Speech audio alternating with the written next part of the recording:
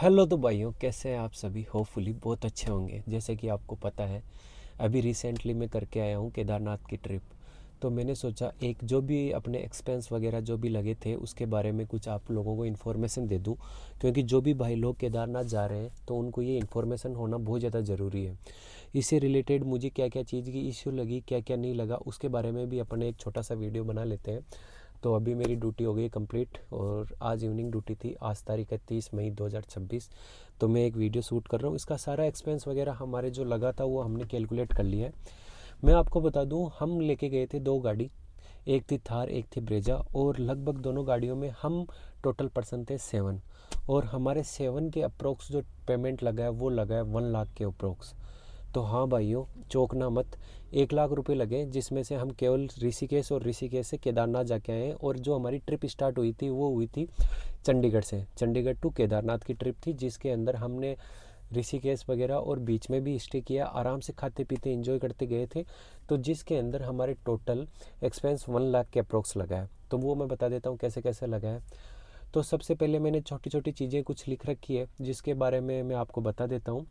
सबसे पहले जो हमारा मोस्ट एक्सपेंस लगा है, मैं पहले बता रहा हूँ अपनी गाड़ी थार में, जिसमें हम 3 लोग गए थे, जैसे कि आपने मेरे रिसेंट ब्लॉग्स में देखा होगा।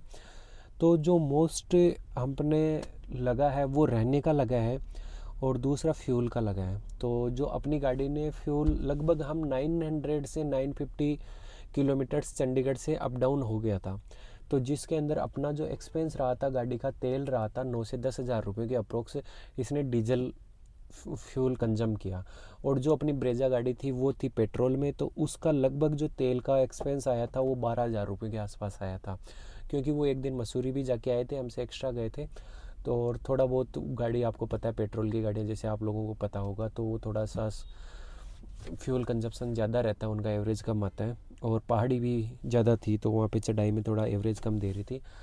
तो मोस्टली तो ये खर्चा था। दूसरा जो हमारा खर्चा था वो था होटल्स का। तो हमने जो होटल में स्टे किया वो किया टोटल 5 डेज़।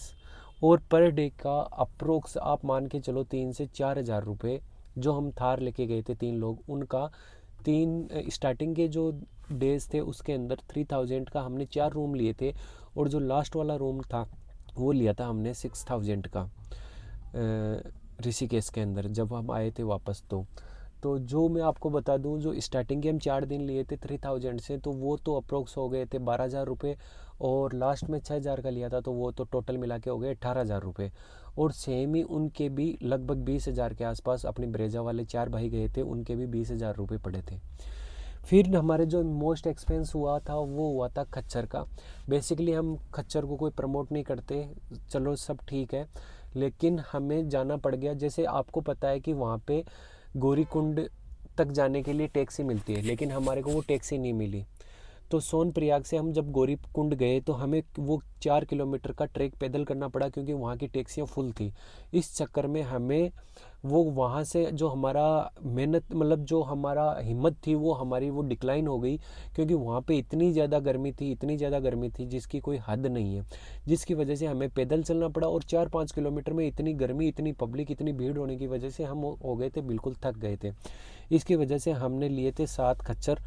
और 7 खच्चर जो हमारे हॉर्स लिए थे उनके प्राइस पर, अब मैं आज जो लोग जा रहे हैं उनको मैं थोड़ा सा बता देता हूँ। उनकी गवर्नमेंट की रेट है, गवर्नमेंट भी उनमें से पैसे लेते हैं, अप्रूव्ड होते हैं तभी जा पाते हैं। तो उनकी जो लगभग एक्सपेंस लगे हैं वो लगे हैं 3500 रुपीज़ पर ईच हॉर्स का लगता है वहाँ पे। लेकिन हमने क्या करा था, क्योंकि जब हम जा रहे थे तो हमें रास्ते में ही वहाँ के लोग मिल गए थे। तो भाई लोगों, उन्होंने हमारे से जो लिया था वो लिया था 3800 पर हॉर्स का। तो हमारे जो 3 हॉर्स थे उनके लगे थे 12 हज़ार रुपये, और वो भाई थे उनके लगे थे 15 हज़ार के अप्रोक्स। ओ 16 हज़ार रुपये लगे थे उनके।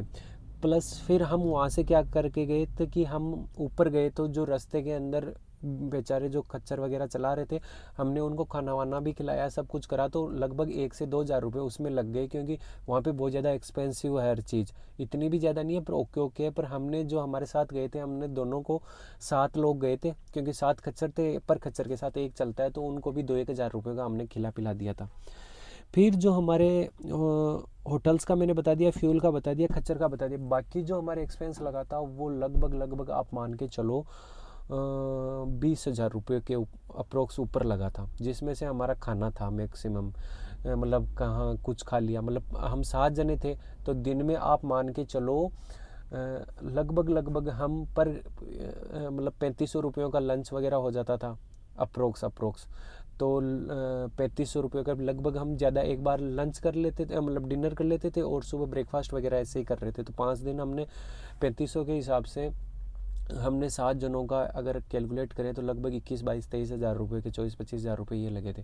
तो टोटल 90,000 1 लाख के अप्रोक्स हमारे सातों का बिल बैठा था, जिसमें से पर कैंडिडेट 13-14 हज़ार रुपये आए हैं। तो ये कोई एक्सपेंस इतना ज़्यादा नहीं है, अगर 2 गाड़ियों के साथ में जाते हैं एंजॉय करते हुए अपने भाई लोगों के साथ में, तो ये एक्सपेंस तो बनता है। अब मैं बता दूँ आपको कुछ चीज़ों की जो आपकी सेफ्टी के लिए और गाइडेंस के लिए जो लोग जा रहे हैं तो उनको जाने के लिए अच्छा रहेगा। तो जिसमें से सबसे पहले तो मैं बता दूं कि अगर केदारनाथ कोई भाई जाना चाहे, अगर कोई ये सोच रहा है कि भाई मैं तो 2 दिन में जाके आ जाऊंगा, 3 दिन में जाके आ जाऊंगा, तो भाई मत ही जाना, आप घर पे रहो, रेस्ट करो। क्योंकि इसके अंदर क्या दिक्कत है कि अगर आप केदारनाथ जा रहे हो तो आपको ट्रैफिक मिलेगा भर भर के। आप ऋषिकेश से निकलोगे गौरी को, लगभग आप ऋषिकेश से रुद्रप्रयाग और उससे आगे तक आप जाओगे तब तक तो नहीं मिलेगा, लेकिन फिर रुद्रप्रयाग से आगे आपको हल्का हल्का ट्रैफिक मिलना स्टार्ट हो जाता है। तो वहाँ से आपको क्या करना होगा कि आपको पेशेंस रखना पड़ेगा। एक तो आप है कि आप टच करके आ रहे हो, डायरेक्ट भग के जाके आ रहे हो, तो ऐसे मान के चलो कि आपका दर्शन भी नहीं होंगे और भीड़ भी बढ़ जाएगी और आप परेशान भी हो जाओगे। तो इसलिए आप अच्छे से टाइम लेके चलो। जैसे हम लोग गए थे तो 5 दिन का टाइम लेके गए थे, ठीक है।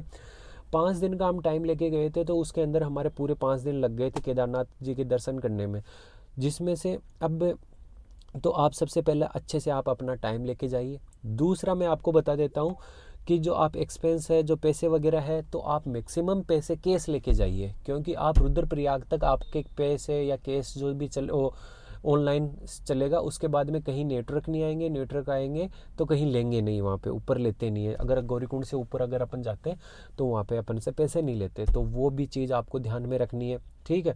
तो आपको केस अच्छे खासा केस पहले ही निकला लो, जितना मान लो 20-30 हज़ार रुपये तो एटलीस्ट रखने ही है अगर 3-4 जने जा रहे हो तो, ठीक है। कोई नहीं, केस तो हर जगह चल ही जाएगा, आप वापस लेके आ जाना अगर आपके बच बच जाता है तो, क्योंकि वहाँ आप किसी को पैसे दोगे लोगे तो वो 100-200 रुपये आपसे वैसे ही चार्ज करेगा। उसके बाद में अगर आप अपनी पर्सनल गाड़ी लेके जा रहे हो तो भाई लोगों में बता दूं कि आपको फ्यूल की दिक्कत आने वाली है। वहाँ पे ऋषिकेश तक आपको फ्यूल की कोई दिक्कत नहीं है, ऋषिकेश तक आपकी गाड़ी के अंदर फ्यूल फुल टंकी करवा देंगे, कहीं कहीं ऋषिकेश में भी नहीं कर रहे थे। तो आपको क्या करना है कि आपकी गाड़ी के अंदर ऋषिकेश से या ऋषिकेश से पहले टैंक फुल करवा लेना है, उसके बाद में आप जा सकते हो आगे। और जहाँ तक आप जाओगे उसके बाद में क्या करना है, उसके बाद में आपने क्या करना है, उसके बाद में आपने करना है कि जहाँ पर भी मिलेगा पेट्रोल पंप, लगभग 500 से 1000 रुपयों के आसपास आपको फ्यूल भरने की वहाँ पे पर गाड़ी में लिमिट दे रखी है। तो आप क्या करवा लेना, जितना फ्यूल हो सकता है उतना आप अपनी गाड़ी में फ्यूल फिल करवा लेना। तो वैसे काम हो जाएगा, 1-2 बार फिल कराओगे तो वापस ऋषिकेश आके फुल करवा लेना, लेकिन आप अपनी सेफ्टी का ध्यान रखना। क्योंकि मैंने रास्ते में बहुत सारे बंदे और लोग देखे थे जो रात को 11-12 बजे पेट्रोल पंप के सामने खड़े हैं कि सुबह होएगी और हमारी गाड़ी में फ्यूल भरेंगे तो हम आगे जाएंगे। तो ये चीज़ आपकी दिक्कत कर सकती है। तीसरी चीज़ है कि आप मेडिसिन वगैरह अपनी साथ में लेके जाएं, क्योंकि मैं बता दूं आपको रियलिटी में ये मुझे थोड़ा सा फॉल्ट भी लगता है। अगर कोई बंदा गौरीकुंड से पैदल यात्रा कर रहा है और उसके पास में कोई भी प्रकार की, मैं बता दूं, देखो मैं गवर्नमेंट की भी गलती नहीं मानता या मैं किसी लोगों की भी गलती नहीं मानता, सबको अपनी मेडिसिन लेके जानी है, पेन किलर लेके जानी है, ठीक है। कोई एलर्जी वगैरह होती है तो उसके लिए आप लेके जा सकते हो, और पैरासीटामोल वगैरह, डिक्लोफेनिक जेल वगैरह, ये सारी चीज़ें आपको लेके जानी ही जानी है। क्योंकि आपके रास्ते में हो सकता है दर्द हो, आप चढ़ रहे हो तो, अगर कोई लोग एक्सरसाइज वगैरह नहीं करते या कोई ज़्यादा चढ़ाई सीढ़ियाँ वगैरह यूज नहीं करते तो उसके लिए आपको लेके जानी है, दिक्कत कर सकती है। दूसरी बात वहाँ पे सेफ्टी पॉइंट से ये है कि आप ऑक्सीजन सिलेंडर भी छोटे छोटे मेडिकल दुकान से मिलते वो लेके जा सकते हो, क्योंकि वहाँ पे भी ऑक्सीजन की भी कमी होती है कभी कभी। तो ये चीज़ का भी ध्यान रखना है, क्योंकि कहीं भी आपको रास्ते में कोई भी एयर एम्बुलेंस की व्यवस्था, कहीं भी आपको कोई हॉस्पिटल की व्यवस्था, कोई भी आपको कोई फर्स्ट एड किट जो प्रोवाइड करवाते हैं, कोई पेशेंट के कुछ या पर्सन के किसी के कुछ हो गया तो उसकी कोई व्यवस्था नहीं मिलेगी।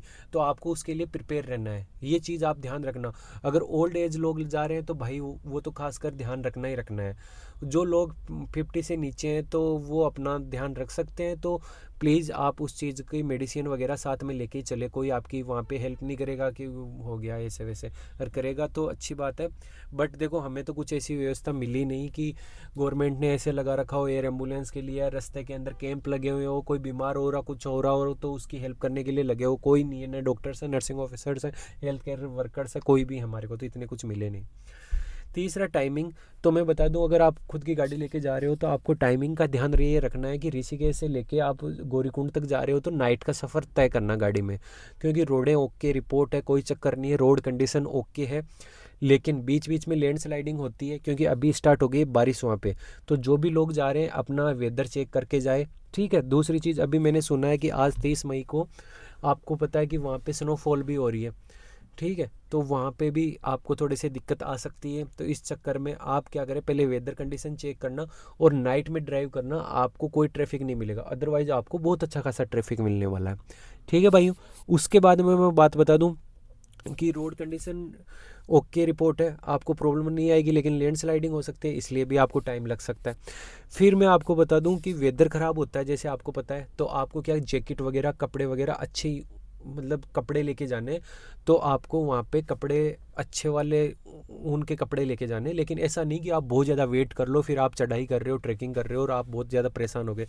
तो आप केवल एक ड्रेस वो रखना जिसके अंदर आपने जो आपने पहन रखा है ना, और उसके अलावा जो आप कपड़े वगैरह जो भी रखोगे, ठीक है, वो एक ऊन के कपड़े अलग से रख लेना। और बारिश के लिए वहाँ पे 100 रुपयों के अंदर आपको जैकेट वगैरह मिलेंगे, वो ले लेना। बार्गेनिंग करना, 80 रुपयों में भी मिल जाएंगे, शू कवर वगैरह सब कुछ। होटल्स की बात रही तो वहाँ पे होटल्स भी है, लेकिन कॉस्टली है, 6-7-8 हज़ार रुपयों का रूम मिलेगा आपको, ठीक है। दूसरी, उसमें 3 जने रह सकते हैं। उसके अलावा आपको क्या ध्यान रखना है, उसके अलावा आपको ध्यान रखना है कि आपका उत्तराखंड का जो टूरिज़्म वाला है, वो एक उत्तराखंड टूरिज़्म करके ऐप है, आपकी मोबाइल में मिल जाएगी।